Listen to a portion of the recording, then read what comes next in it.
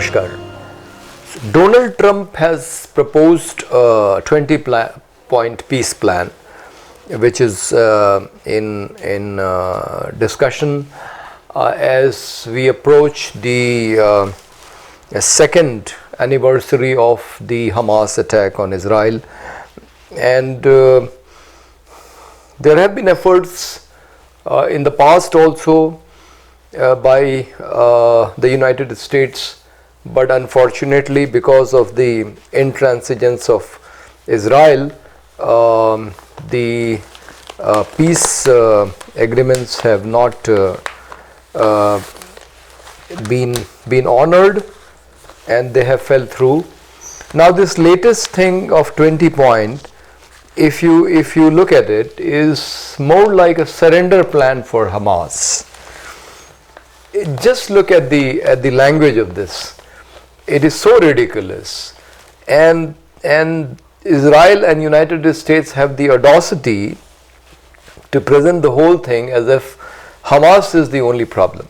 Now look at point 1. It says Gaza will be terror-free zone that does not pose a threat to its neighbors. Now let us look at the history and see who has been a threat to their neighbors. Palestinians were living there in the early 20th century.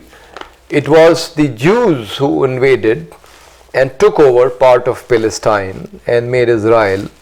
Of course, it was done as part of a resolution of the United Nations, but nevertheless, the Jews are the invaders. So who poses a threat to whom? The Jews to the Palestinians, or the Palestinians to the Jews?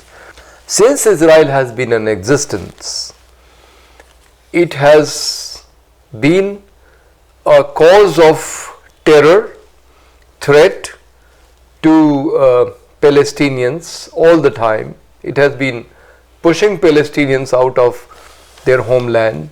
It has been, if you look at the number of people killed on both sides, number of people who are in jails, there can be no comparison. The number of Palestinians killed is far greater than the number of Jews who are killed. The number of Palestinians who are in Israeli jail is far greater than the Israelis who have been held hostage at some point or the other by the Palestinians. On 7th of October, when Hamas attacked Israel, it took 250 hostages and 1,200 people were killed. But then in the subsequent 2 years, over 60,000 Palestinians have been killed, mostly women and children. And just imagine the number of people who have been arrested by the Israeli Defense Force. It's staggering, 18,000 people. So compare 250 hostages to 18,000 people who have been captured by Israel and put in their jail.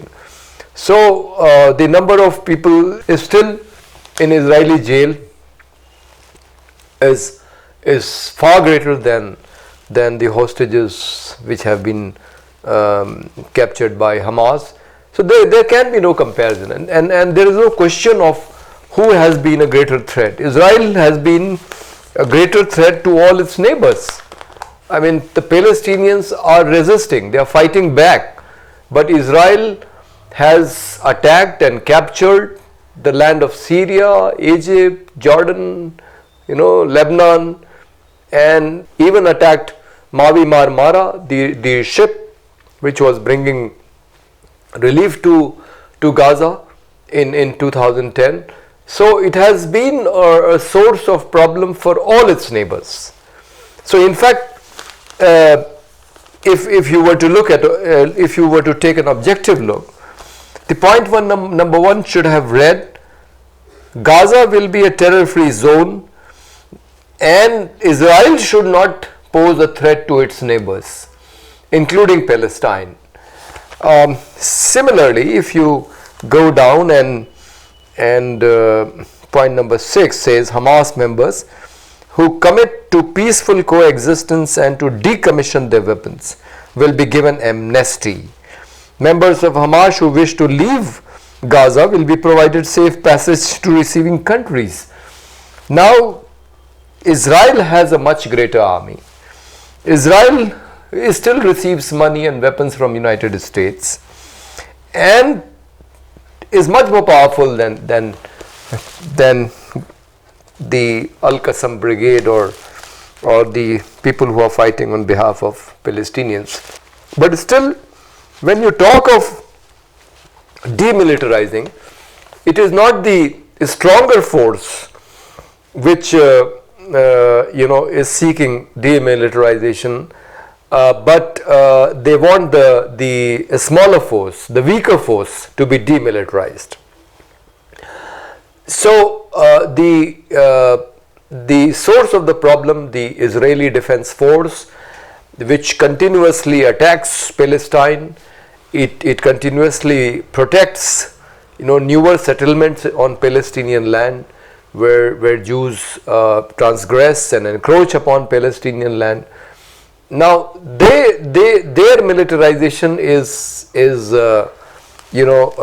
legitimized in the name of being the defense force of the country called Israel, but a country which is not yet recognized, Palestine, although more than 150 countries in the United Nations have said that they are in favor of a Palestinian state, they have a small force which defends it, and Mr. Trump wants to demilitarize this small force so that Israel can completely take over Gaza.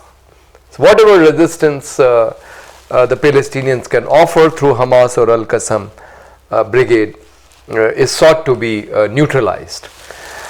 And then they talk about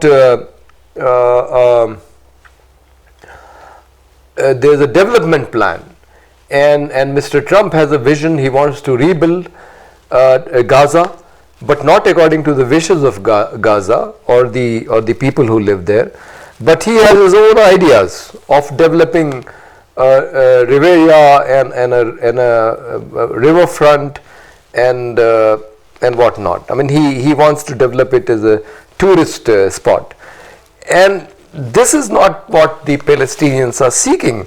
They are seeking a state. They want to be recognized as a country which is sovereign, so that they can have their own rule there.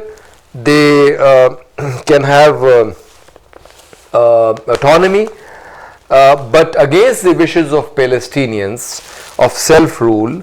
Point number 9 says Gaza will be governed under the temporary transitional governance of a technocratic, apolitical Palestinian committee. This committee will be made up of qualified Palestinians and international experts with oversight and supervision by a new international transitional body, the Board of Peace, which will be headed and chaired by President Donald Trump, with other members and heads of states to be announced, including former PM Tony Blair. The body will call on the best international standards to create modern and efficient governance that serves the people of Gaza. If this is not colonization, then what is? I mean, what business Trump and Tony Blair have to go and govern Gaza? Why should they create a board of peace there? And if you want to create a board of peace with the technocrats and experts, then why not have it for Israel? Why not have it for other countries? Why are you doing this to Palestinians, a self-respecting people who have resisted the onslaught of Israel for so long and still have survived? They are a brave people. They want to have their own country.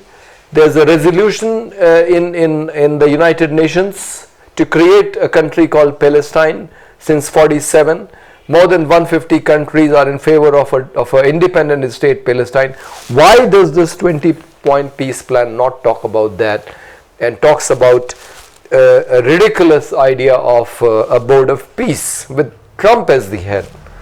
So this plan must be rejected in toto by everybody except for Israel and United States, and we must say that according to United Nations, it is the authorized body to deal with international affairs.